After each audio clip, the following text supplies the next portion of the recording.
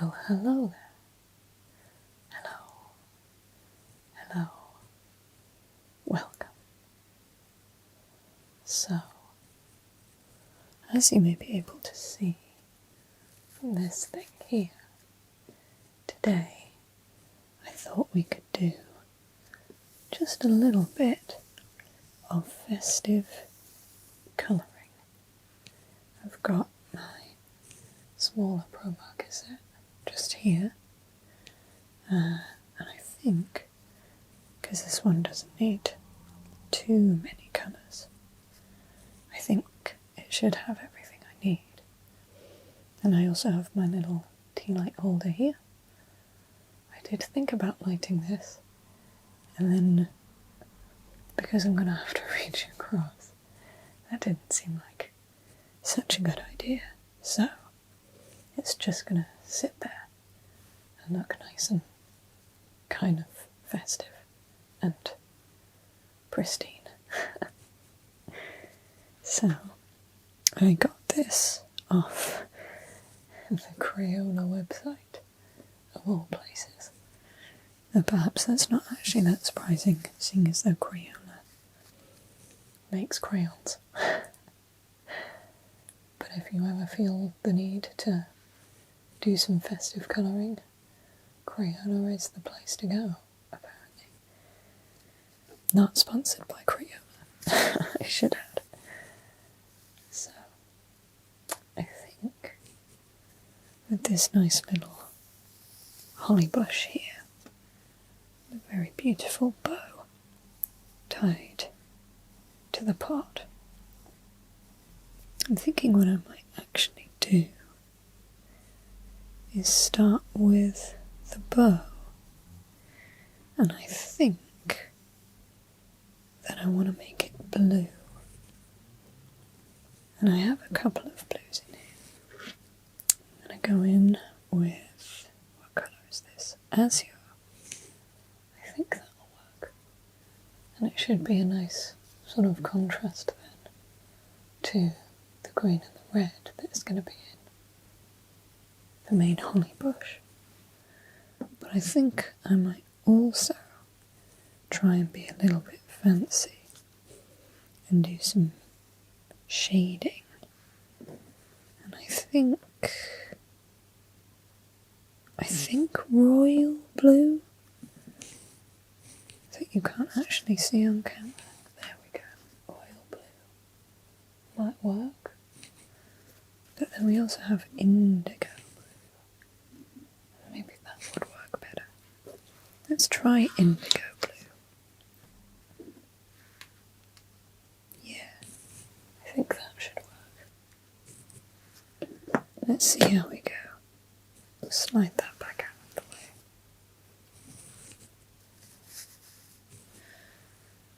Now we have to hope, because I've just printed this on regular, box stand printer paper.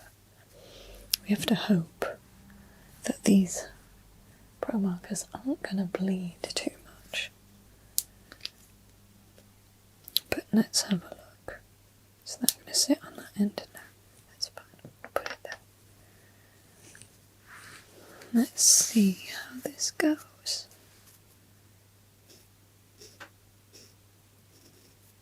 Oh yeah, that's not too bad.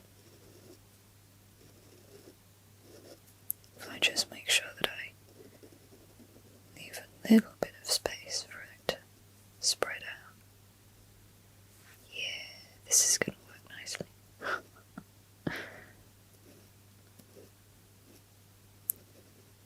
This is where I realise just how rusty I am with pro markers. But actually, this is going pretty well so far. I have to decide whether I just want to do the one coat of colour, I guess you could say, or whether I go in and do an extra layer just to brighten everything up, or rather make it a bit bolder. We'll see. We'll see how it looks. using the small nib for this, because I think the big nib, sort of chunkier one, runs the risk of being a little bit unmanageable, or unwieldy, perhaps I should say. This is working nicely. Please excuse me twisting and turning the paper with my left-handedness.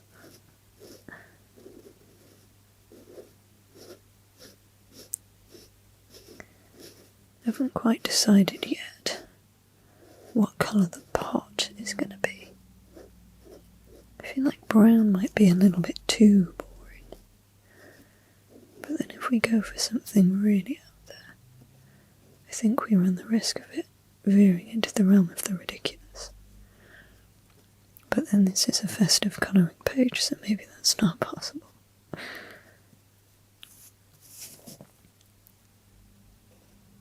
But I think the blue was a good choice with the ribbon. Maybe we'll try and, back to the pot, maybe we'll try and emulate a sort of terracotta style.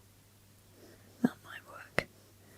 I have had to pull a few different browns out of my other Pro Marker case, because there aren't really any browns in the smaller one.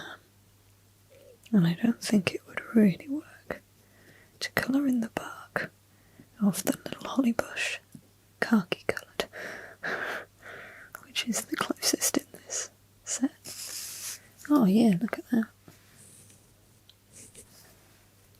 Just do the little tail ends here.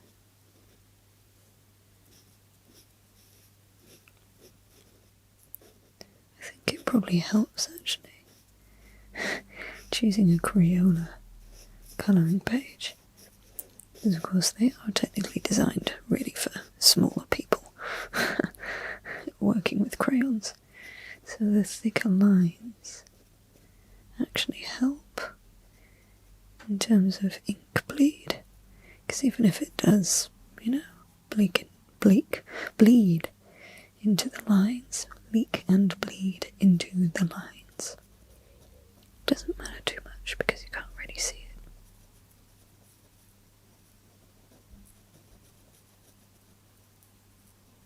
There is something very satisfying about colouring with Pro Markers. It does really feel like painting sometimes. Now we'll move on to the other side. The other question as well with this holly bush, because of course they've done individual holly leaves, but there is also kind of the implication that you should colour in the whole thing, and I'm not sure which I've settled on yet.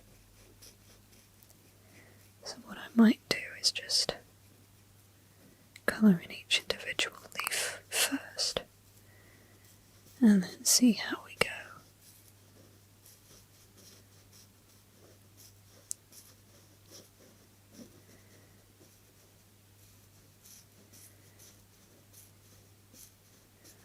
If I was being fancy, I perhaps could have left some white in this ribbon to give the illusion of it being a bit shinier and that there's light shining on it.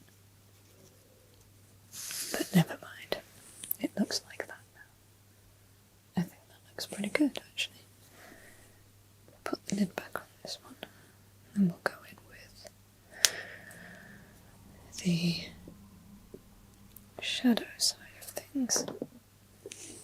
We'll see how well it works.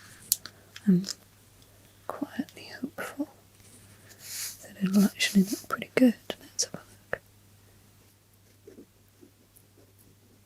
Oh yeah, I think that works. What do we think? I think that's alright. It's maybe a little bit dark, but it's not terrible.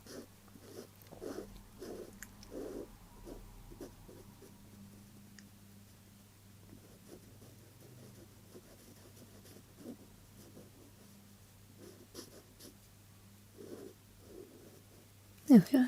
Oh yeah, that works, doesn't it? Good job, me. Good thinking.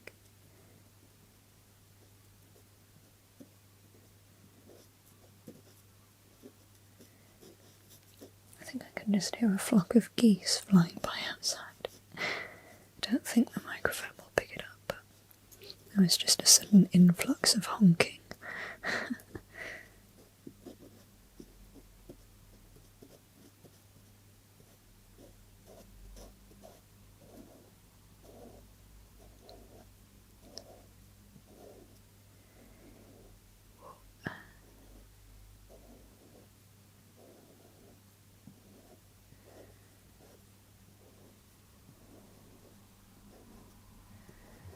Look at that. Pro colouring.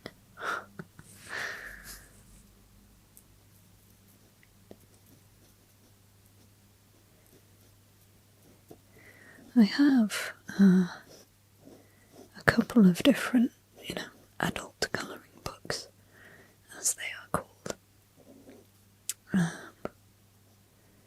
And I do have some plans to film some more colouring videos. But I do sometimes find, because of course they're supposed to be relaxing, but for me, yes, look at that, excellent. I do sometimes find that if the design that you're colouring is too busy, it becomes less relaxing and more slightly overwhelming. There, didn't it? Yeah. But the two that I have aren't too bad, actually. There we go. Excellent. I think we'll move on now to the top portion. We'll come back to the pot a little later. Or actually, no. Maybe we'll do. Oh yeah, we'll do the pot.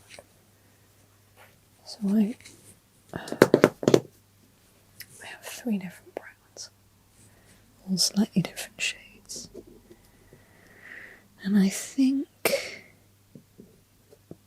that's probably going to be too light, so I think we'll put that to one side, and I think I'll do a combination of those two, because there are 1, 2, 3, 4, 5 sort of sections, so I think if we intersperse, that might look quite nice. So I'll start with cocoa on this one. Oh yeah, that'll do. I always think cocoa is going to be a darker shade of brown than it actually ends up being. It tricks me every single time. It shows you how often I use it. What's this one? Saddle brown. Can't remember if this is one of the ones that fell under orange. On the swatch sheet, I think it might be. It does look kind of orangey, doesn't it? I know last time I did not necessarily agree. Does that work? I think that works. If we have more cocoa than we do saddle brown, I think that will balance it out. Yeah, because this next section is a bit thicker. Yeah, I think this is alright.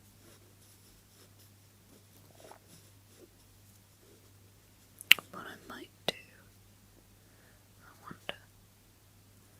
Yeah, I think I am going to go back over and do a second layer on this brown. Yeah, I think that works a bit better. I might colour over actually. I think I made a tactical error with the saddle brown. But we'll see, we'll persevere for now. We'll see how it turns out.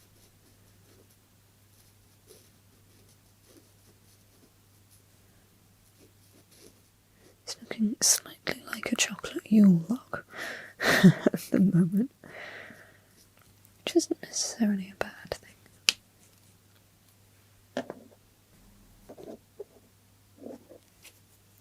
Back to cocoa.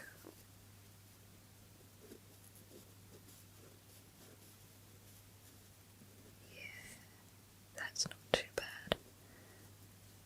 Look at that.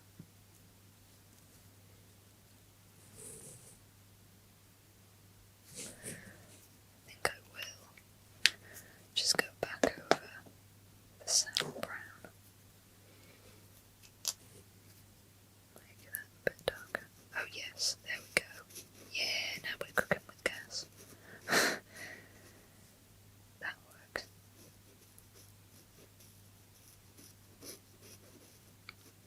Look at that. Genius. Just go back over that cocoa other section.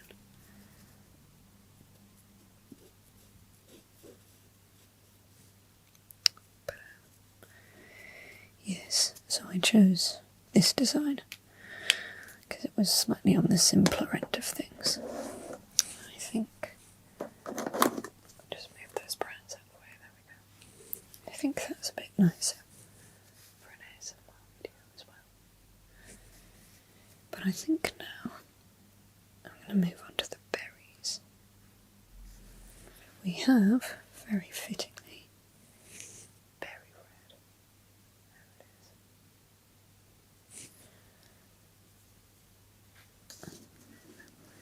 Actually, there we go.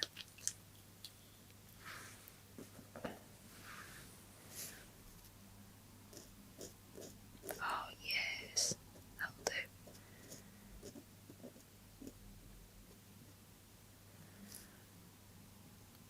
I think I am on a few of these berries. Just gonna leave a little smidgen, if I can, of the white paper, just to imply a little bit of shininess. We'll see how well it goes, and if it looks any good.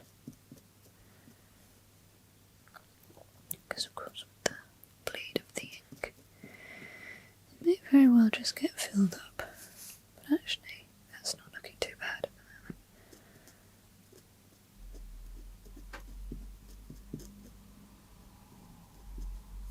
Yeah, there we go.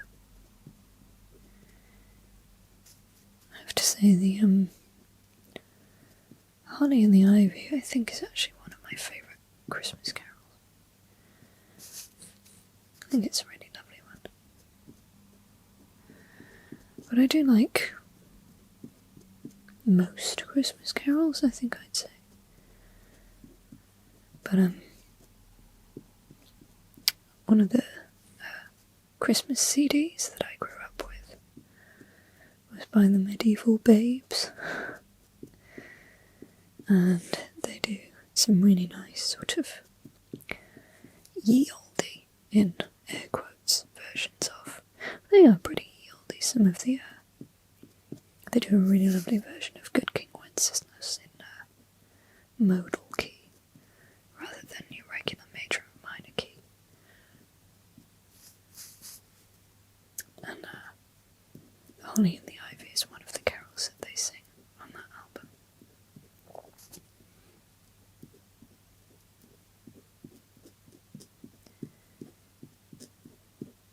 But I recently made, because I behind the times, only got Spotify for myself at the start of this year. I went on their 3-month free trial of Spotify Premium, and then I forgot to cancel it. But now that I have had the taste of Spotify without ads, I don't think I could. I don't think I could go to having it with ads. So I still don't use it a huge amount, but I have used it to make a Christmas playlist of all the various things that we used to listen to growing up. So there's some Enya on there from her Christmas album. There's a little bit of Jethro Tull. What else is on there? Medieval Sarah McLachlan's Christmas album. That one we like quite a lot. There's one artist that we quite like listening to called Kate Rusby, who's a British folk artist. But some of her stuff is on Spotify, but not some of the Christmas albums that we physically own. So unfortunately I don't have any Kate Rusby on my Christmas playlist. But I do have, it is probably one of my favourite Christmas albums, it's a series of carol symphonies. Look at that. That looks great, actually. Very nice. But it's a series of carol symphonies by a few different classical composers, including Victor Healy Hutchinson. But it's a really lovely CD. Very, very festive, which is what you would expect from a Christmas carol symphony album. But one of the tracks from his movement on the CD was used as the theme music for The Box of Delights, which was made in the 1980s, I believe it was. I think it's adapted from a book, but we started trying to make it a Christmas tradition to watch it every year. We did it for a few years in a row, watching The Box of Delights. It's a 5-part mini-series, I want to say, but it wasn't our favourite, particularly my sister and I. So instead, the very long-lived tradition is to watch The Muppets Christmas Carol every year, which of course is the only valid and legitimate version of the Christmas Carol that exists. I love it. I could probably quote about 80% of that film, and I have watched it almost every year that I have been alive, I think. Not for the first couple, I don't think, but every year since then.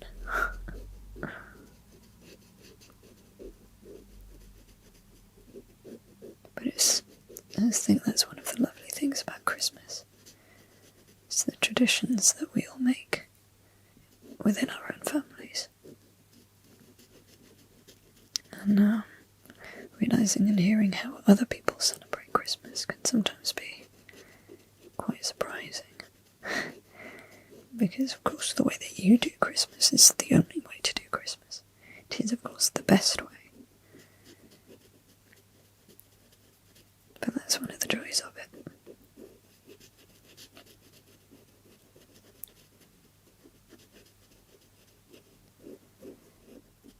Where I work, we had done some candlelit Christmas tours, because it's a heritage site. And it was a really nice thing to be able to tell people about the way that they historically celebrated Christmas in the Tudor period specifically. And it is, for one thing, it's amazing how many of our Christmas traditions now are actually Victorian. So they're not necessarily tremendously old. Still 200 years, but you know. But there is still some stuff from the Tudor period that lingers.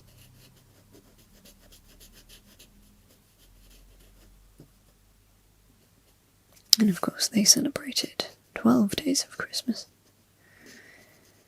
They didn't put up their decorations until the 24th.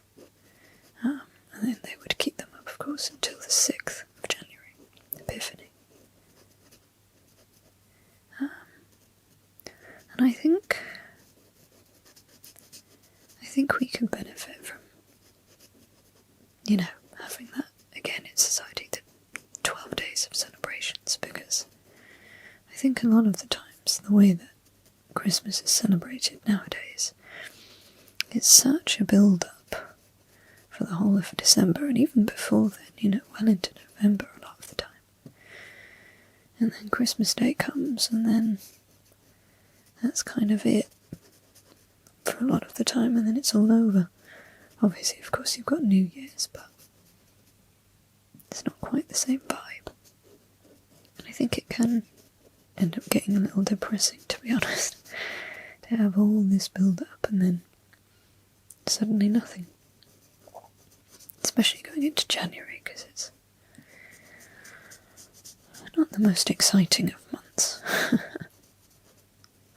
So I think we could probably benefit from a little bit more festivity stretching beyond New Year's Day.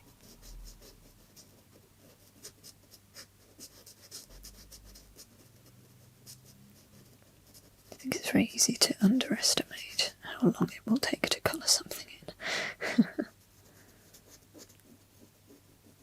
But I think it's going quite well at the moment.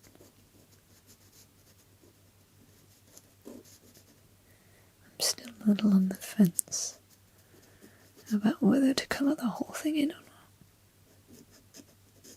And if I do, whether I stick with the same shade of green or maybe go in for a slightly darker one.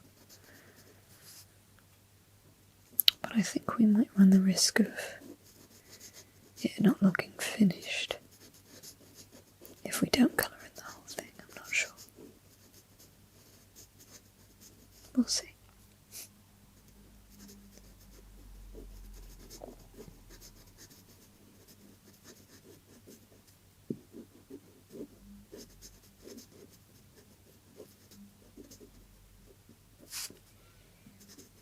Something very satisfying about the sound of an ink pen scratching on paper. A very studious sound. I think it's why so many people enjoy spending time in libraries and places like that, where people are studying away. If they are still in the habit, of course, of writing things down by hand. Of course, so many places now, so many people tend to just do it straight on the laptop. But when I was back in my day, when I was an undergrad, which wasn't tremendously long ago, I would handwrite all of my first essay drafts, because I found it helped with that. And some people are like that, aren't they? It helps with, concentration and getting the ideas down. And that would then be how I would do my first edit of the thing. Would be, as I typed it up, I would edit as I went. Worked pretty well, to be honest. But some of those essays were pretty long. Dissertation, for example, 8,000 words, handwritten.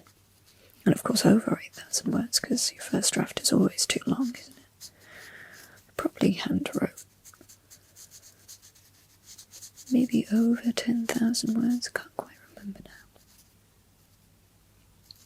I did not handwrite all of my first drafts when I got to my master's degree, because that would have been silly. Probably was a bit silly to handwrite for undergrad, but never mind.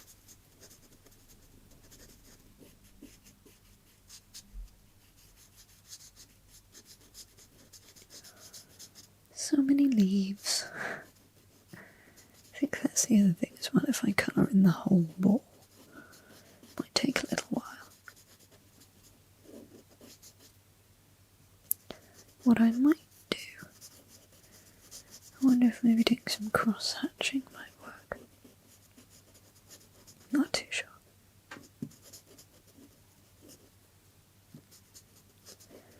When I colour in page design, it's quite complex. I think you always feel like there's a bit more pressure as well to colour it in, because of course you want it to look well. I want it to look good, which I suppose defeats the point of colouring in to relax, but that's the artist in me wanting things to look aesthetically pleasing.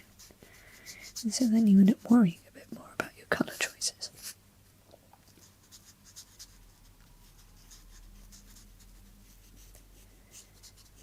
So that's partially one of the reasons why I went with a simpler, festive design,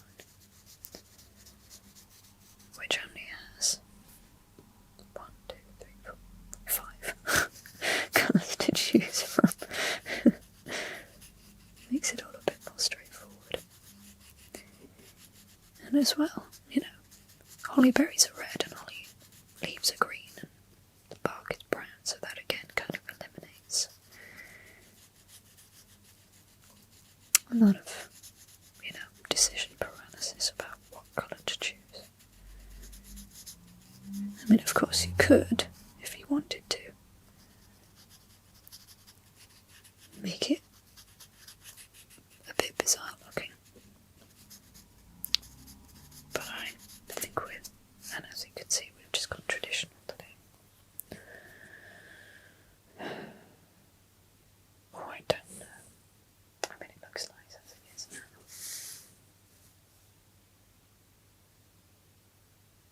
I think it might work if I just leave it.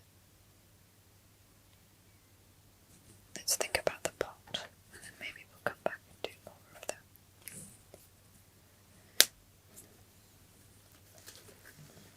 Pop this one back. I think it went in there. Yeah. I'm just looking at the colour choices I have. Maybe a maroon or a burgundy. Or I could be quite bonkers indeed and go for mulberry. But I'm not sure how well that would go with the blue of the ribbon. Oh, see, here I am talking about choices being removed and faffing about trying to choose a colour. I think a deep. I think I'm going to go.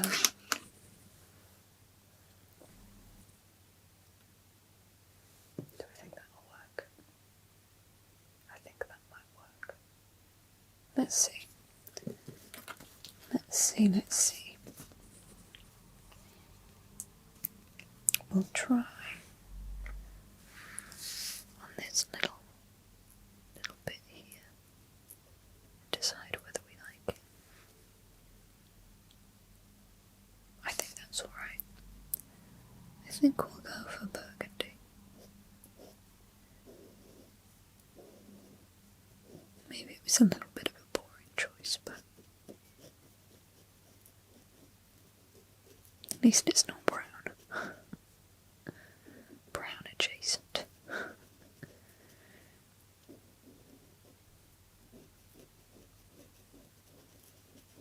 I don't think it clashes too terribly with the blue. I think that works okay. Whoops.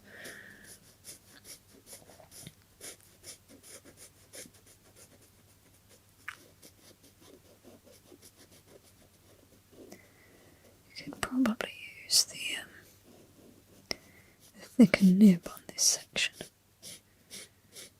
But never mind, we've started now.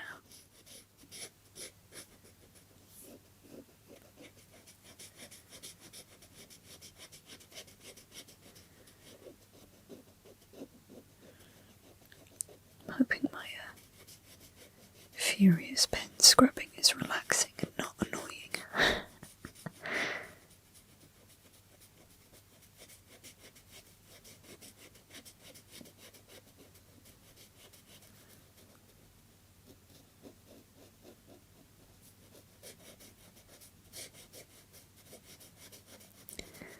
The thing about pro markers is you kind of have to keep it moving while the ink is still wet. So of course it dries lighter, but you don't want it to end up looking too patchy. There we go. I think that works pretty well. Do I think? Yeah. I'm thinking what I might do, because a lot of this, it's got sort of the suggestion of leaves around. So I might line along there and maybe colour some of the more completed ones in. And then leave the middle, but I'm not too sure. Maybe I just leave it to look like that. No, let's do it. Let's add some extra green. Pop the burgundy back. I think it came from.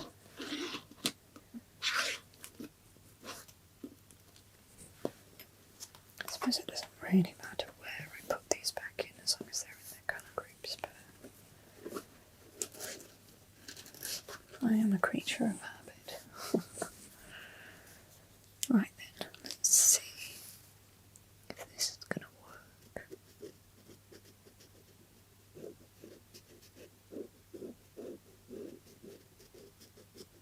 Or whether it ends up looking unfinished.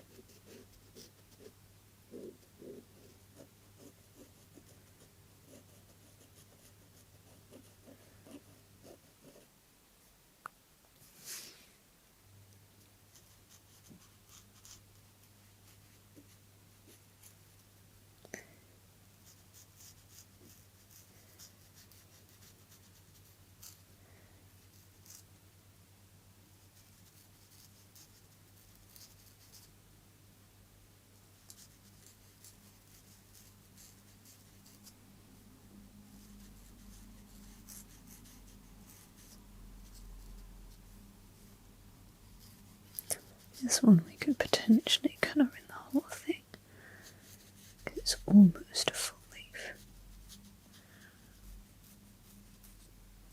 But I think I might just leave it like that, actually. Yeah.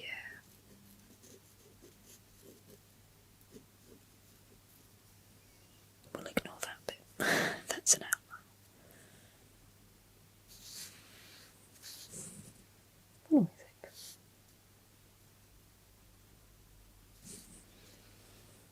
I've had a thought, and I think I might go through with it. To just sort of go around the edges of a few different things. Just to imply more greenery.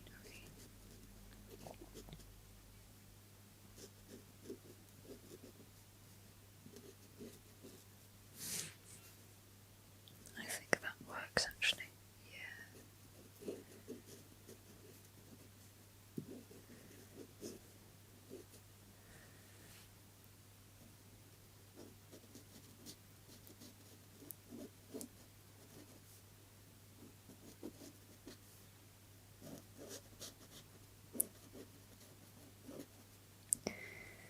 Yeah, I'm liking this.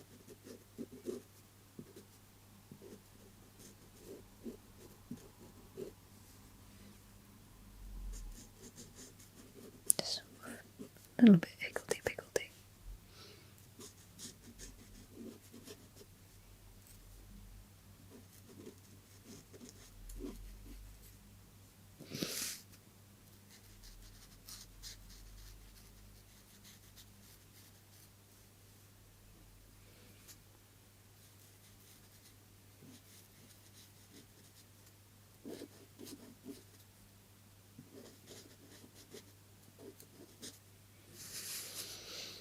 Where else could we go?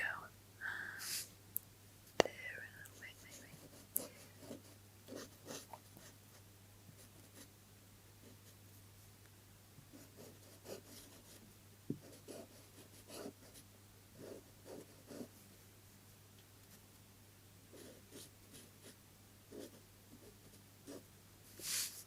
Do a little bit more up here.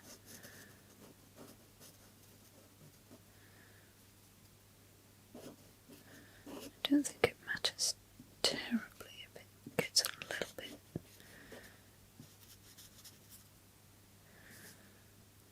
messy, I guess, for want of a better word, because, you know, the holly bush would be looking slightly. Let's do a little bit more up there. Look around these berries. Yeah, there we go.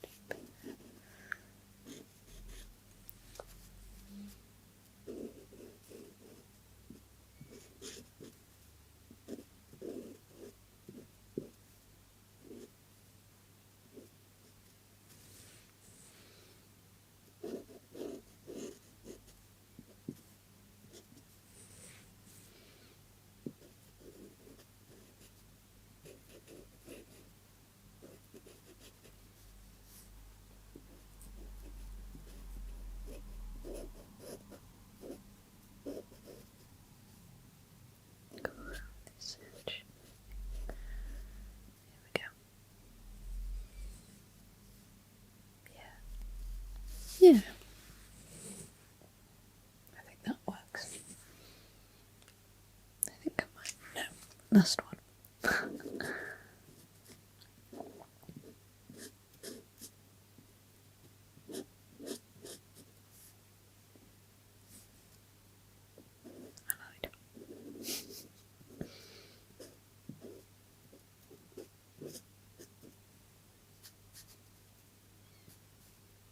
There we go. I think that works. So, pop the green away.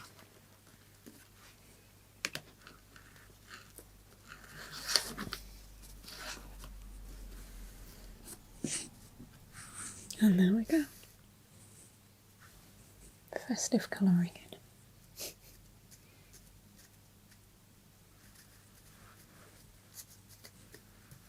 I hope you found that soothing. Because I have to say I did. Colouring the whole thing in.